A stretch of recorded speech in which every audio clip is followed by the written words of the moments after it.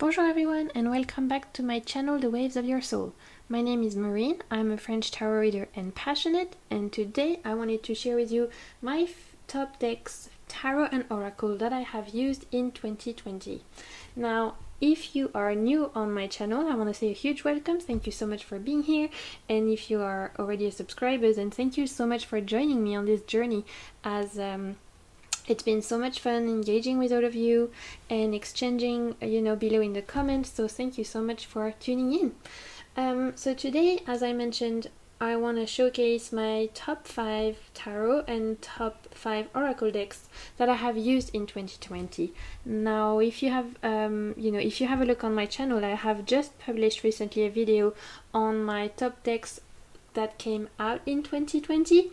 And those are very different to the decks I'm going to show today, because when I was thinking about this video, I realized that actually most of the decks I used like consistently, the decks that I used every single month this year, that I came back to again and again and again, those were not necessarily the decks that did come out this year, because I need time with the deck to bond, I need time to really build that relationship.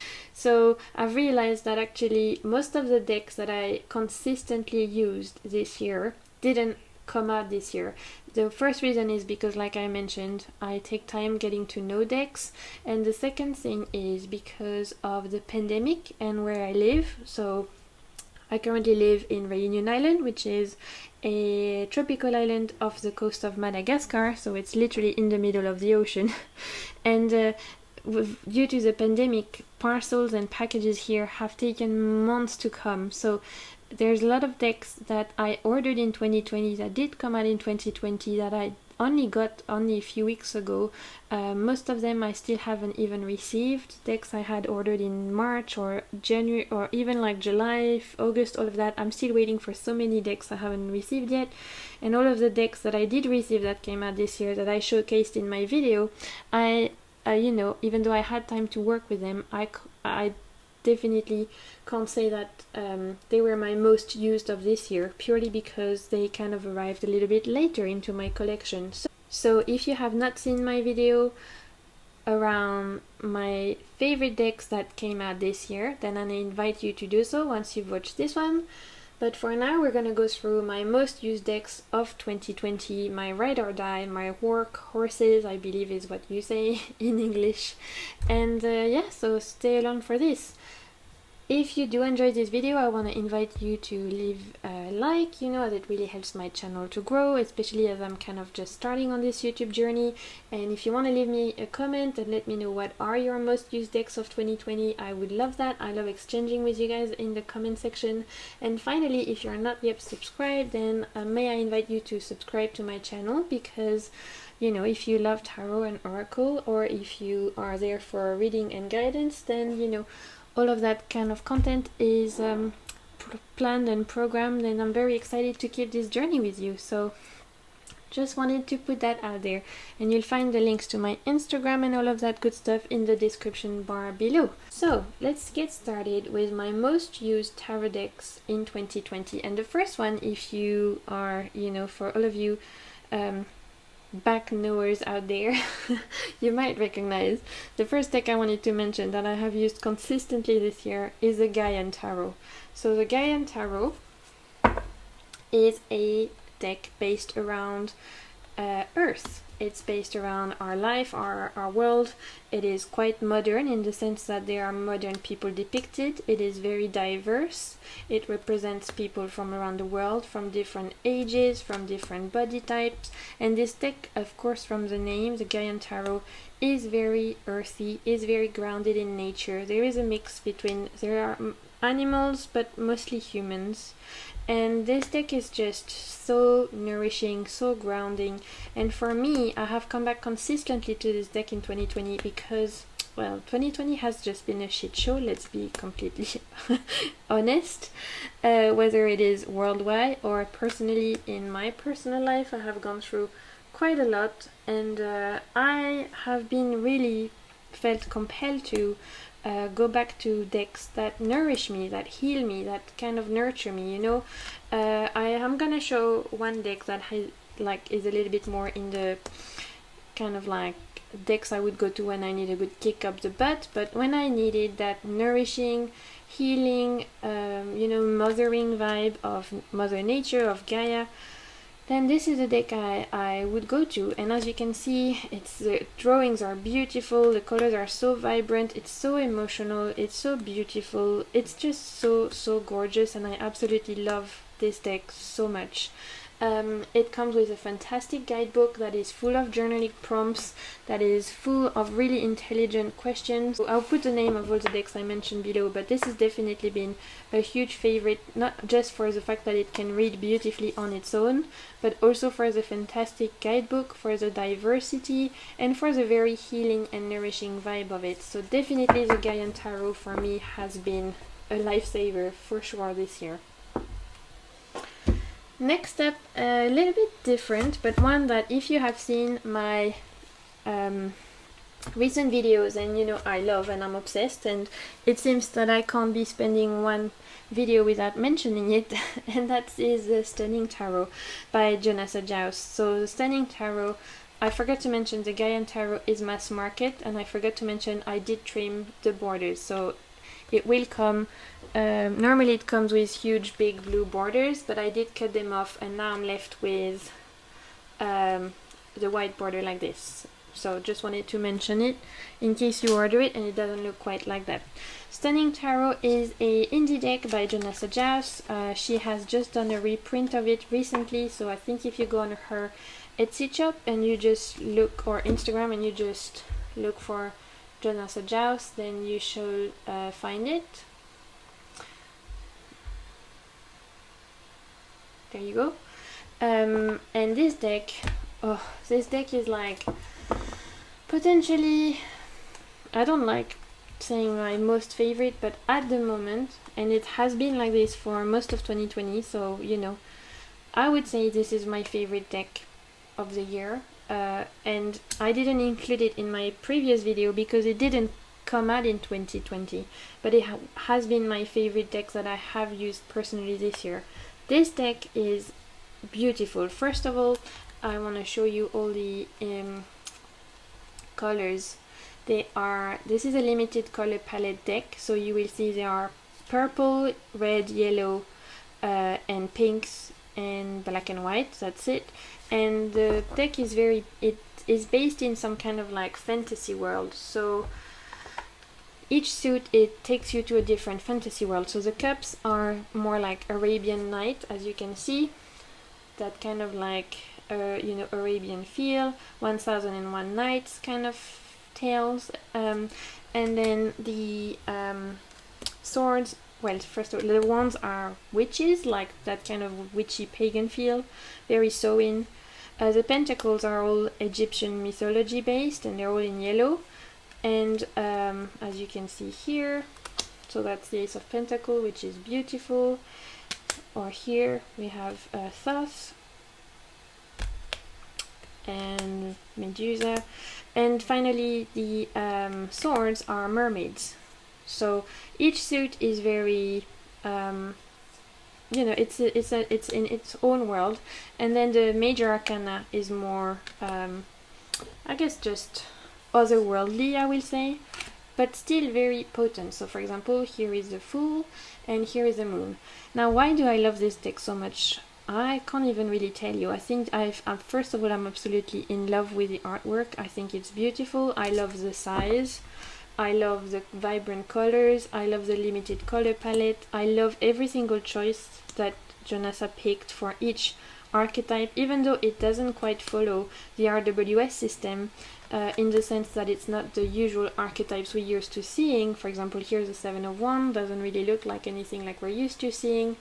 This deck still very much, it speaks to me. It speaks to me in a way I can't quite describe, and I get the most wonderful readings with this. And I'm head over heels with this deck. It's just love, guys. You know, sometimes you just can't explain why something resonates with you so much. But I think particularly this year, I have gone back to using this deck because when I need to escape reality, when I needed to be taken somewhere else, when I needed to be taken to this otherworldly place, then this deck did just that. It just, you know, sparked my imagination, sparked my creative juices, and it has been fantastic and given me like really amazing reads. So I love this deck so much, and it is like definitely in my favorites ever. Okay, moving on to the Goliath Tarot. So I have the second edition, and the cards, as you can see, are a bit smaller than the first edition. They are matte, the cardstock is amazing, and this deck is everything. So this deck definitely, again, I didn't mention it in my in my favorite 2020 decks because it did, you know, the original deck didn't come out in 2020, but it is definitely one of my most used of this year. So this deck, the Goliath Tarot, is very, very shamanic. It is a nature-based deck, so there's only animals, but animals with some kind of human nature to them, but also there's this wild tendency to this deck. So we have, when you get the deck, you get the 78 tarot cards, and you get oracle cards as well. For example, this card here called the Shadow Self is one of the oracle cards, and I just mix them all together and get this mega giant deck, and it's fantastic and I love it so much. So this deck was designed by Goliath to be for more deep personal work kind of reading. As you can see, it is quite a raw, animal-like, wild energy. Like the drawings are very, they have the tendency to, you know, take people by the gut because they are so powerful. All the depictions are so beautiful and so well done, and also very, very deep. This High Priestess is everything.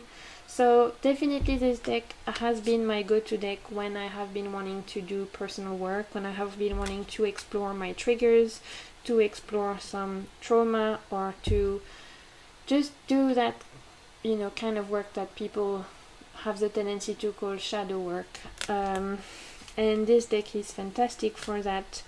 It also definitely, even though it is black and white and potentially some people might find it dark, I find this deck actually very well balanced. It's a very beautiful balance between light and dark. There are some very hard depiction, like this 5th of Pentacle here is very distressing. You know, we see the horses that are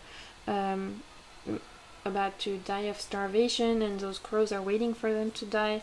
But then you see this fool here, which is just so, I love this fool. It's one of my favorite fool cards ever. He's so hopeful, optimistic. I love this little mouse jumping off into the waterfall, ready for this new journey. It just, I love this. This is just giving me, I don't know, just makes me so happy. So definitely a super powerful, beautiful deck. And if you're looking for something that's gonna kind of punch you, I'm not gonna lie, but that is gonna, you know, stir some stuff in you for your own good and kind of wake you up of your tarot coma, then this is the one for you. And the quality, production quality is amazing, the guidebook is amazing, the artwork is amazing, like, you know, it's amazing.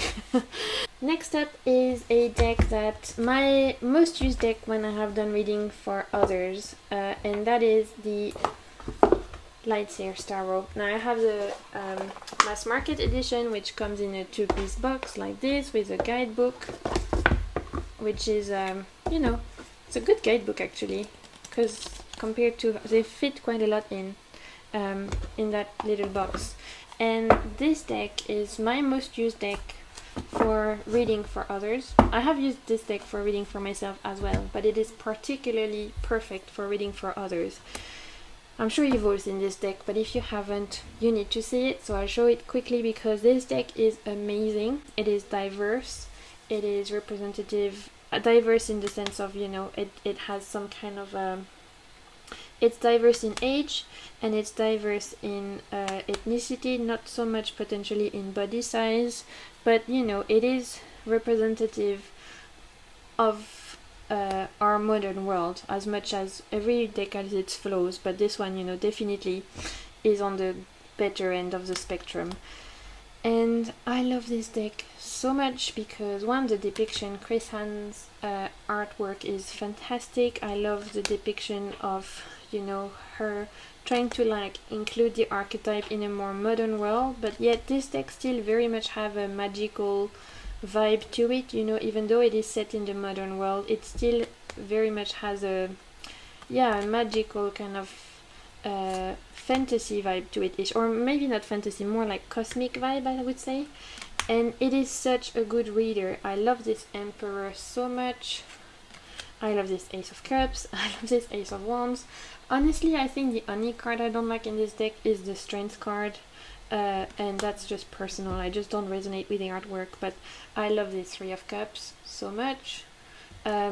This deck is fantastic and it reads so well for others, and I have found it is the perfect deck to use for, especially when I'm reading for people who don't really know tarot and are a little bit scared of tarot, and they just get freaked out by the traditional imagery. You know, if they were to see the devil or the Three of Swords, they might be like, oh hell no, you know, and just like you just get very intimidated. Whereas this one, I feel like it depicts all the tarot archetypes really well, but it doesn't have that kind of intimidating, potentially that people would think is outdated imagery. Not that I would ever think that traditional tarot is outdated, because it's my jam, I freaking love it, but you know, for people who are not quite so used to it, I find it's the perfect deck to use to invite them in a nice kind of, you know, way that is not going to threaten them or anything. Like this devil, for example, you know, he's quite inviting, and you get the idea of what is behind, especially because there's this figure here that is like manipulated like a puppet, but you don't have that kind of devil looking creature in it. So definitely a super great deck for reading, just for everything and everyone. I love this deck so much. I've edged it in black, but I've used it so much that I think I'm gonna have to re-edge it now that we're getting to the end of the year, because it's just kind of fading. Because I have been using it a lot, and it's amazing. Okay, and my final most used tarot deck of 2020, and then we'll move on to my oracle decks, is the Vision Quest Tarot. Now this deck took me by surprise. I didn't expect to like this deck at all, purely because first I wasn't really sure I would want to be working with a Native American themed deck, because I didn't want to be culture appropriating, and I know that sounds, I don't know, I don't even know if it's like, it sounds stupid or not, but I just didn't want to be using something that was not meant for me. And so that was like for already something I was kind of debating with.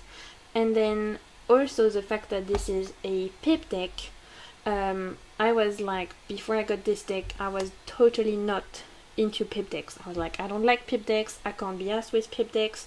Pip decks to me felt like people just didn't have the time to draw the minors, so they were like, let's put pips. And I could appreciate them in my traditional Tarot de Marseille, but for anything kind of more modern, I was like, why are you not drawing pips? Like, you know, give me minor arcana, like, I want pixies realist, you know, I want like depicted illustration. And so there was just a lot of things that would have normally made me and this deck totally not get on, but it was a gift from my mom. She saw it at the shop and she was like, she knew I was, you know, I like tarot, and she definitely didn't consider all of those questions. She just thought, oh, that looks pretty, let me get it for Marine. So I, you know, not something I would have picked, but the moment I started working with it, it just like, it really just moved me so much. This deck, it really felt special. The pips actually are so well done, and they have helped me reading with modern deck that have pips. This was a gateway for me to feel a lot more comfortable reading with modern pip decks. The colors are so vibrant, and the depiction, even though it is a, you know, Native American deck, and I was worried about it not being for me or just stepping out of line, or I don't know, I guess I was just like not wanting to like use something, like I said, that wasn't for me. It was so healing, and it has been so healing, this deck, that for personal use at least, it is invaluable to me now. I just resonate with the imagery so much. It has such a healing vibe. The colors are so beautiful, the depictions are so beautiful, and this deck for me is a healing deck. And I have gone through a lot of health issues in the last year. I won't, go on about my life, but definitely a lot of health up and downs. And when I was bedridden and I couldn't really do anything, this deck was the one I would come back to, because it was the one that would kind of, along with the Gaea Tarot, it is the deck that was like seeing me, holding me, and helping me to take each day as it came, and to have a sense of hope. And I will never ever get rid of this deck now for this, because for me it is a healing tool.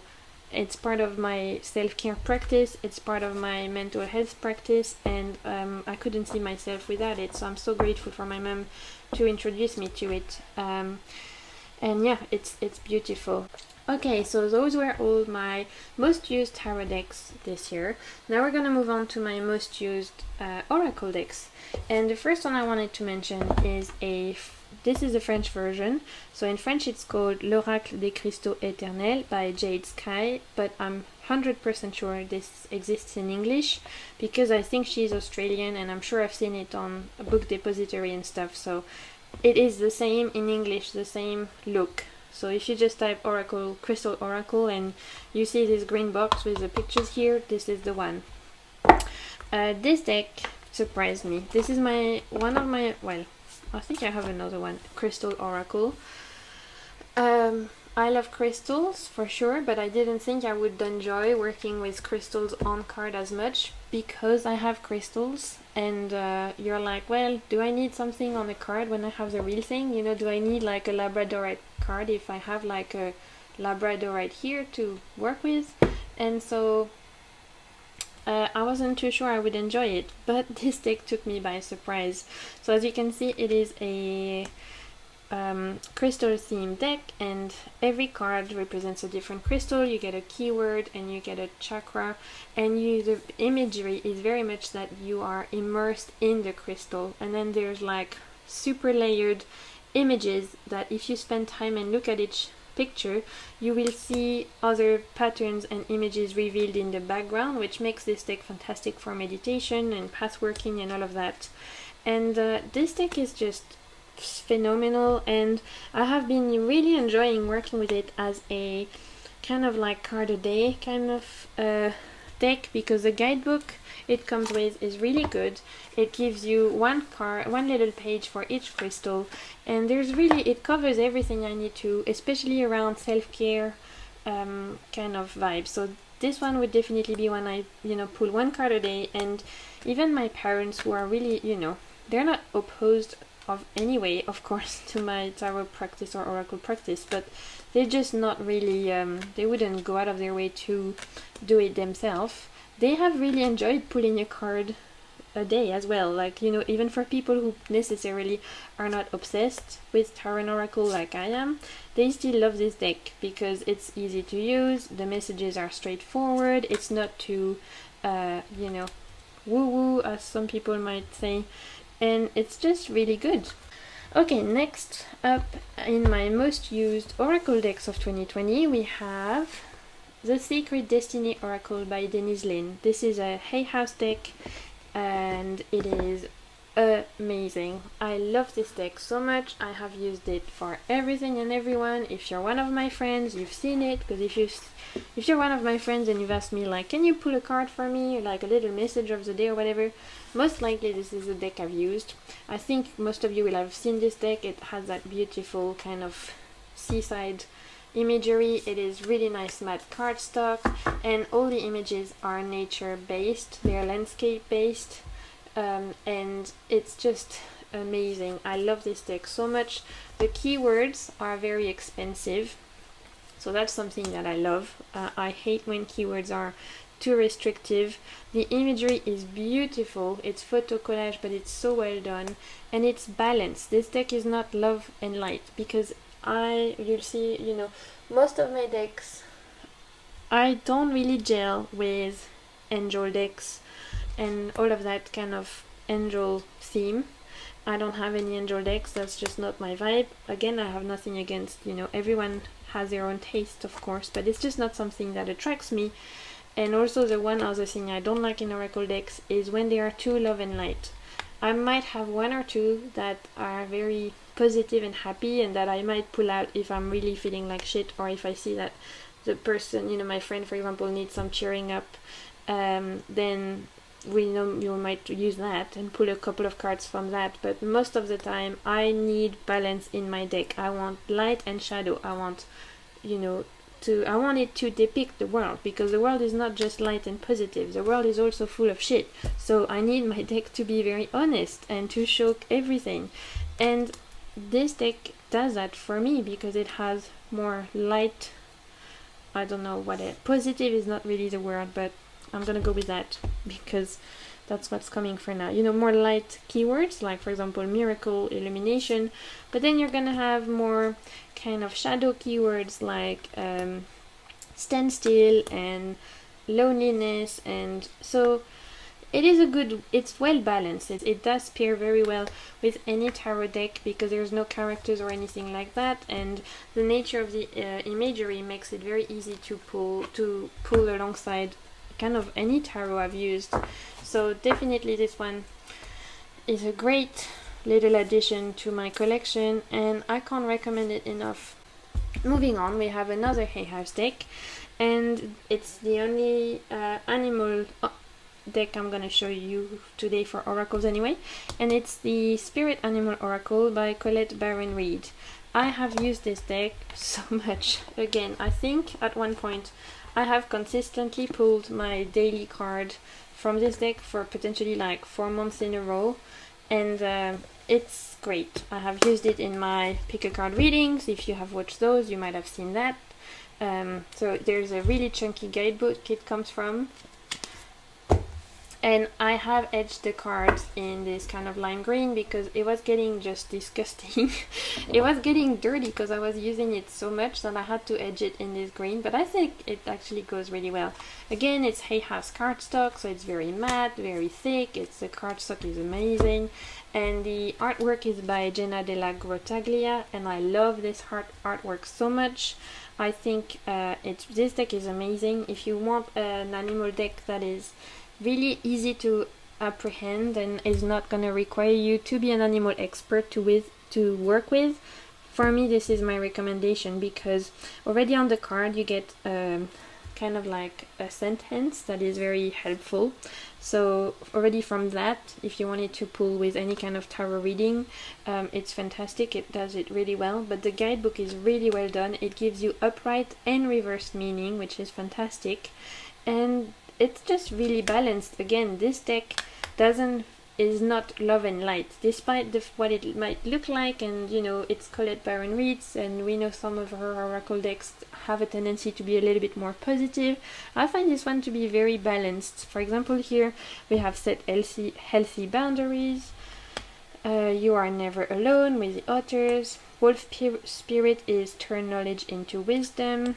So there's definitely a good balance of keywords, good balance of animals. There's animals from everywhere around the world, which again is something I appreciate, because when I see decks that are just foxes and bears and rabbits, and I'm, you know, living in the southern hemisphere on a more tropical climate, I'm just there like, well, I don't, you know, where is the chameleon, where is the gecko, I need the bat, for example. Those are more the kind of animals I'm used to seeing on my day-to-day life.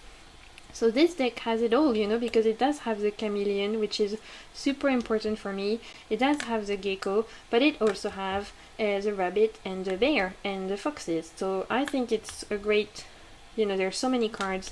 It's gonna please everyone. There's probably, if you're looking for your animal, it's probably there. Okay, moving on. My fourth most used oracle deck of the year is a French deck. It is called Oracle Lumière by Antoinette Charbonnel. This is a mass market deck. You can find it very easily on French Amazon or La Fnac or those kind of websites. These are the cards. They are in a shape of kind of like tarot size. The back represents a skull with a butterfly, and I have edged it in blue because again I was using it so much the edges were getting a bit, you know, dirty. And it comes with a little guidebook which is in French, but you could use you could use Google Translate to do. But why I love this deck so much is that the first 22 cards are representation of the major arcana of the tarot in a natural world. So for example, here the Temperance has been renamed this à l'abri du sol, which is this tree, which weeping willow I believe is in English, and so it represents temperance. And here you have keywords. On each card you have one or two keywords, so you have temperance, équilibre, and guérison, which is healing. So you have the 22 major arcana cards reworked. For example, this is the equivalent of the Chariot with a little snail, and then all the other cards after that. And I believe, I don't know, I think there's like 40 something cards in this deck. Let me check. 44 cards. So after the 22 major arcana, you get cards that are relating to the chakra. So this is a blue card, for example, and here, if you can see, there is the symbol for the throat chakra. That's why it's blue. And it's a card that is with singing and communication and all of that. And every card, for example, this is related to the heart chakra, and you have also actual chakra cards. So the crown chakra, for example, here. And this deck is very, it's beautiful, it's nature-based. I love the mix between getting inspired from the major arcana of the tarot and things related to the chakras, because you can do so many things with it. It has keywords, like I mentioned, on most of the cards. And I think even though it is in French, you could very easily use it from, you know, kind of learning those keywords and then pulling intuitively, because I mentioned on every card you get the chakra relating to, the symbol relating to each chakra. So if you're looking for a chakra deck that is a little bit more developed, then I would really recommend it, because I think the artwork is beautiful and it pairs really well with tarot cards, and I have absolutely loved using it. Okay, and finally we have my favorite, most used oracle deck of 2020.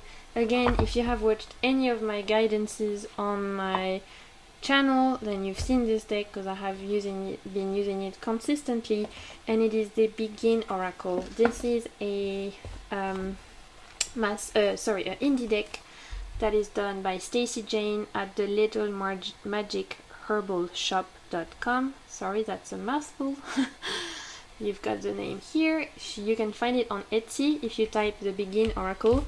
The cards are huge, which I love, and it is a collage deck, and it has, I think, 70 cards, or more than 70 anyway, and it is beautiful. It is my favorite deck of the year, oracle deck of the year. I didn't include it in my top decks of 2020 because it didn't come out in 2020, but it is definitely the oracle deck I used the most in 2020. It is amazing. As soon as I saw this deck, something resonated deeply with me. I love the artwork. This is me.